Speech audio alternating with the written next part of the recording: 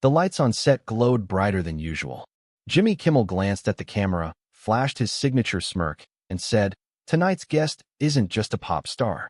She's a phenomenon." The audience erupted before he could even finish her name. From BLACKPINK, Lisa, she walked in with that quiet grace only she carries. No over-the-top theatrics, no exaggerated waves, just a soft smile, a hand gently placed over her chest, and a bow.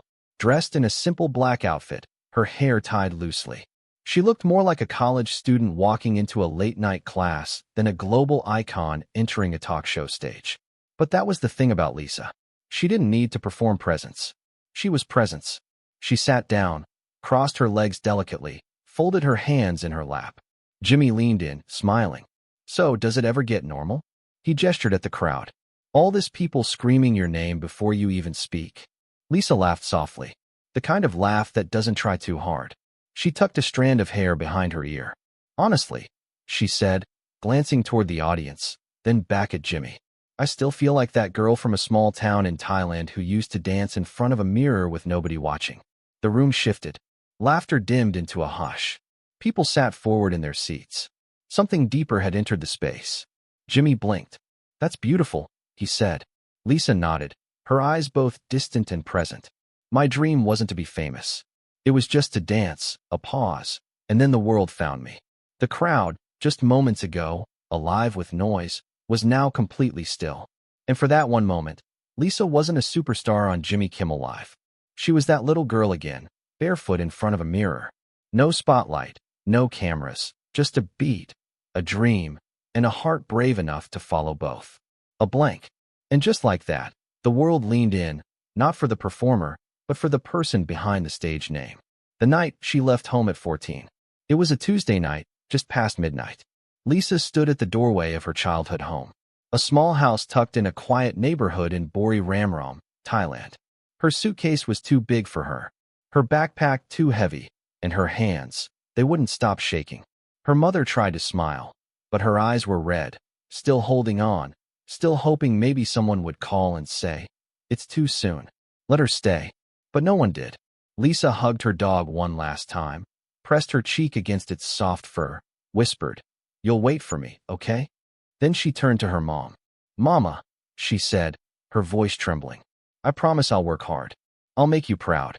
Her mother didn't say anything at first. She just pulled Lisa in, held her like it was the last time. And maybe in a way it was. "You're my little girl," she whispered. "No matter how big the world gets, don't let it change your heart."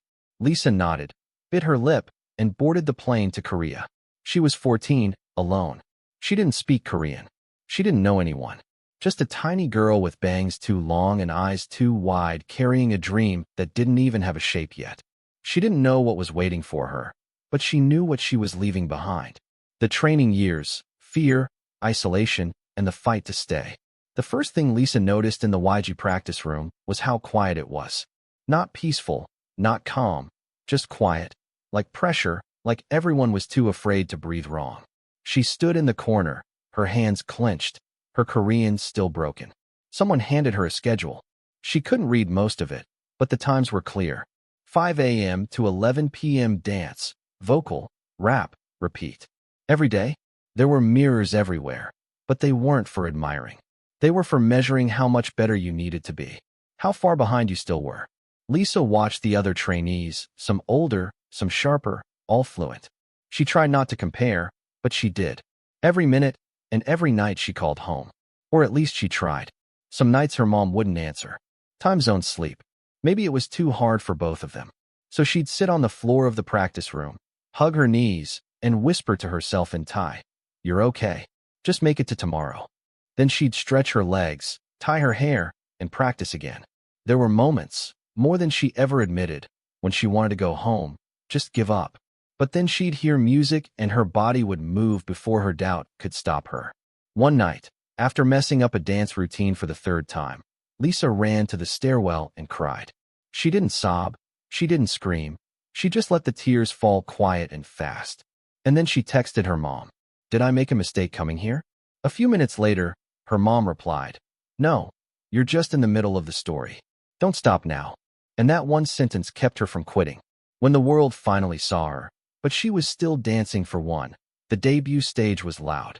The crowd even louder. Camera flashes, screams and languages. She didn't understand posters with her name, Lisa, in bold, sparkling letters. But inside, she didn't feel like a star. Not yet. She still felt like a girl who had spent too many nights in practice rooms where the lights buzzed louder than the music. She still remembered the one cracked mirror in the back corner, the one she avoided because it always showed her doubt a little too clearly. BLACKPINK had just launched. Their name was everywhere. Lisa's fan cams went viral. People called her the dancing machine, the Thai princess, global ITG girl. And yet, on the night of her first big stage, after the fans went home, after the staff packed up, after the glitter settled, Lisa sat alone in her dressing room, still in her costume, shoes off, makeup smudged, just quiet.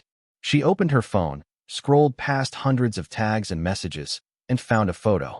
It was from years ago. She was 10 in a tank top and slippers mid-spin in her childhood living room. No audience, no stage, just her dancing for no one. She smiled, whispered softly to the girl on the screen, "I'm still dancing for you." Then she looked at herself in the mirror, and for the first time believed she belonged. The world had finally seen her, but she had never stopped dancing for the one who started it all. Fame, loneliness, and the weight of being loved by millions. They screamed her name on every continent. Lisa from Bangkok to Barcelona, from Seoul to Sao Paulo. But sometimes in hotel rooms after sold-out shows when the makeup was wiped off and the hallway went still, it didn't feel like love. It felt like silence. The kind of silence that echoes a little too loud when you're lying in a king-sized bed meant for one, but filled with too much space. She had people around her always. Stylists, managers, translators, fans waiting outside. But the thing no one told her was, you can still feel invisible even when the world knows your name. Lisa would open her phone, scroll through DMs, watch clips of herself dancing, and feel nothing. Not because she didn't care, but because sometimes when you're always seen, you stop feeling real. She tried not to let it get to her. She told herself, "You're living your dream. Don't be ungrateful."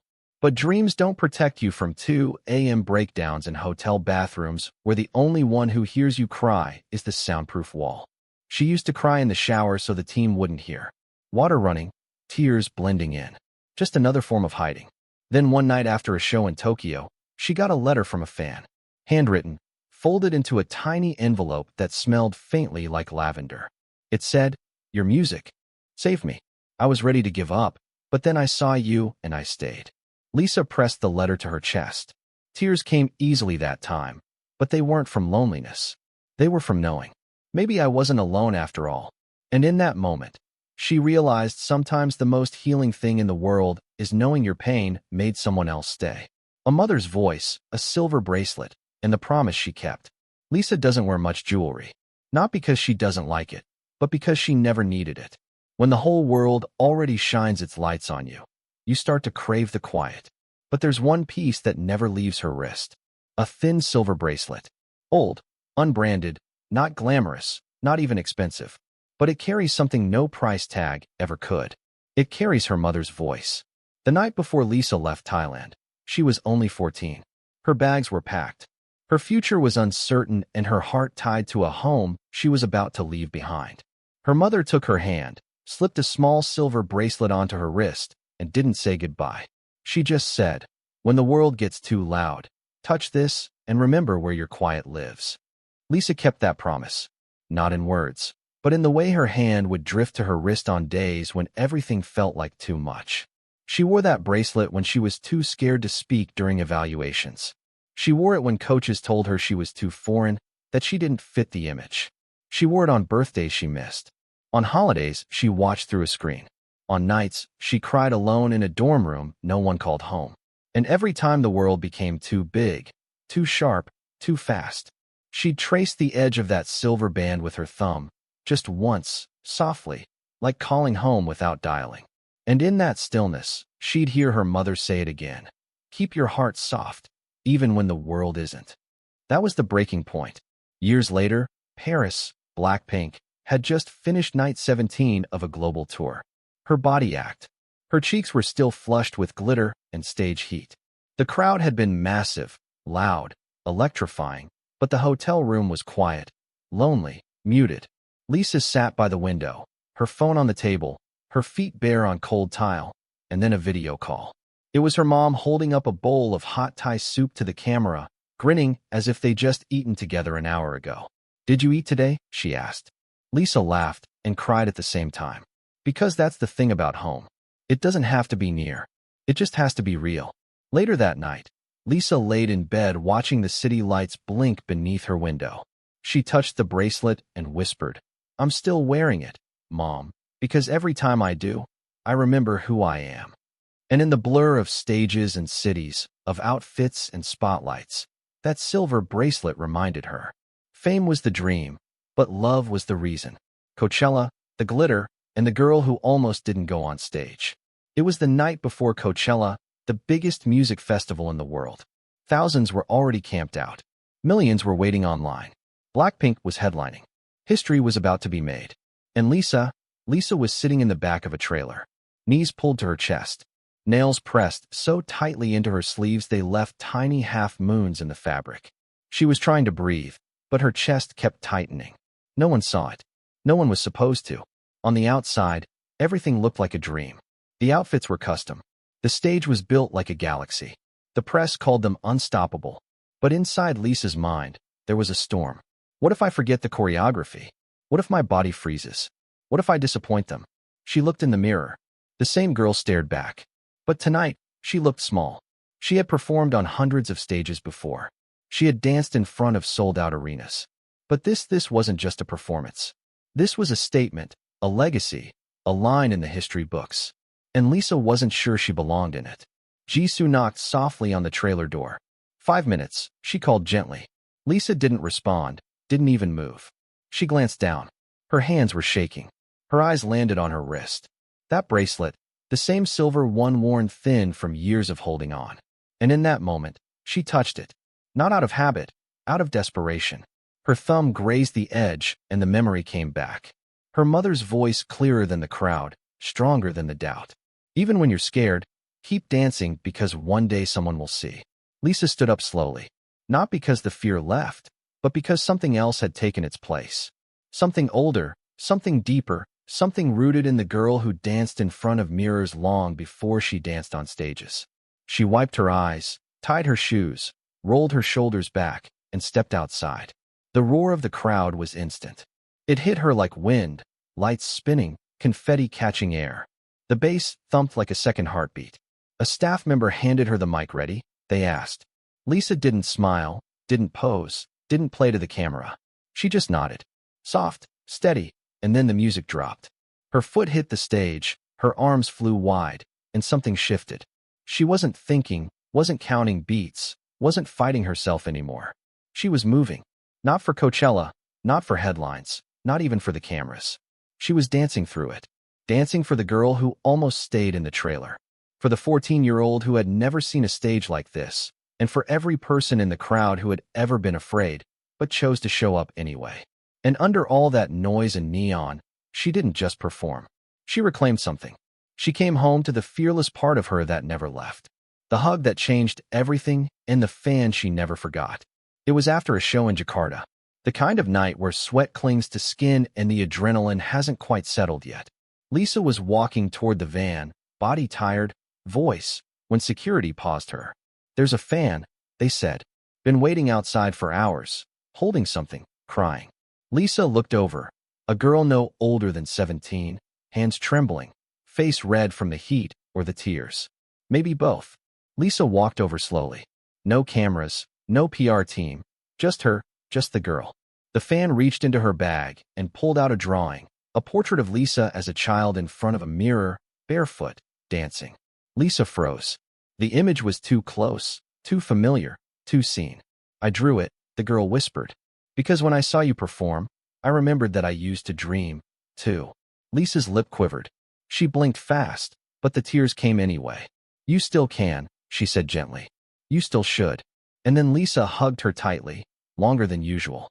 Not for the camera, not for the show, but because sometimes you meet someone who carries a piece of your younger self you thought you lost.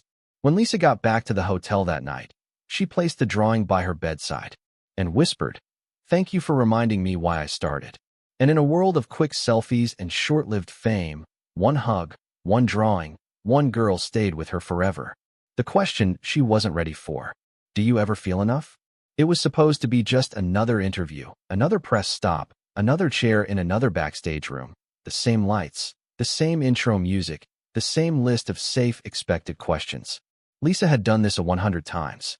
She knew how to smile on cue, how to share just enough, how to answer with grace without opening too much of herself. This was the job. The performance didn't end on stage, but this time the host looked her into the eye and asked something different, something unfiltered, something real. Do you ever feel like you're enough? Lisa blinked. Her breath caught just a second too long. It wasn't dramatic. It was honest. The kind of pause that happens when someone's heart flinches before their mouth can catch up. She looked off camera for a moment, at her team, at the floor, anywhere but forward. Then quietly, she said the truth no one expected. I don't know. The host leaned in, respectful, soft. Lisa exhaled slowly, almost like a confession was about to fall from her chest. Some days, she said, I feel like I am everything people say I am. The dancer, the icon, the role model. She smiled, half real, half reflex, then looked down at her hands. They were playing with her bracelet again, always the bracelet, but other days, she continued. I feel like I'm chasing a version of myself that I haven't caught up to yet. There was silence in the room, a rare kind, the kind that lets truth land without interruption. Lisa glanced up, her voice quieter now, not shaky, just exposed. People talk about us like we're magic, like we're untouchable. But I go home with doubts, too. I read the comments. I see the praise and the criticism. She hesitated. I try not to let it in, but it finds a way. She looked up at the host again, eyes steady now, but tired. I think the hardest part of being known by millions is remembering who you were before anyone knew your name. The host didn't speak, didn't need to. The silence spoke enough. Lisa took one final breath and gave a small, fragile smile. I'm still learning, she said. To feel enough without the lights, without the makeup, without the music. A pause, a flicker of emotion crossed her face. I'm learning to be okay with just being me. And in that moment, it became clear the girl who lit up the world was still trying to find the switch that turned the light on inside herself. The final bow and the whisper that closed the curtain. The tour was over. Cities blurred into each other. Hotel keys in every time zone. Costumes zipped up and zipped away. Banners folded, fans gone. But one thing remained. The final stage, the final night, the final bow. Lisa stood in the center of the arena. Confetti floating like snow. Stage lights beaming down like stars. The crowd was on their feet. Some were screaming her name. Some were crying quietly. Some were just standing still like they knew this wasn't just the end of a concert. It was something more, something deeper, maybe even a goodbye, even if only for now. She held the mic with both hands, pressed it close to her heart. Her chest rose and fell slowly like she was still catching her breath, not from dancing, but from holding herself together for this long. Her eyes scanned the sea of faces. Phones lit up like stars, but she wasn't really looking at them. She was looking for something. And then her gaze softened because she found it. She wasn't seeing fans. She was seeing memories, moments. Her mother standing in the kitchen in Buriram, tucking that silver bracelet onto her wrist. The cracked mirror in the YG practice room she used to avoid. The girl in the trailer before Coachella shaking in her hoodie wondering if she was good enough. The fan in Jakarta holding a drawing that felt like a mirror to the girl she once was. All of them still with her inside her. And so she raised the mic, not to perform, not to close the show, but to say something real. She didn't shout. She didn't pose. She just whispered, "Thank you for seeing me." The crowd didn't erupt. They didn't need to because sometimes the loudest moments are held in silence. She bowed. Not quick, not polished, but present. She bowed like it meant something, like she meant something. And as she turned to leave, a single voice echoed from the upper level. "We love you, Lisa." Lisa paused, her back still to the crowd, her eyes closed, and then she whispered almost to herself, "I love her too." She didn't mean the crowd. She meant the girl she used to be. The barefoot girl in front of the mirror. The one who danced for no one. The one who still lived inside her. Because maybe, just maybe, the hardest journey was never about becoming a star. It was about coming home to the girl who dreamed it first. And as the lights dimmed and the stage went quiet, Lisa stepped off not as an icon, but as a woman who had danced her way through doubt, fear, and fame and came back whole. This is the story of Lisa. Not just the performer, not just the global name, but the girl who kept dancing when no one was watching and never stopped, even when they were.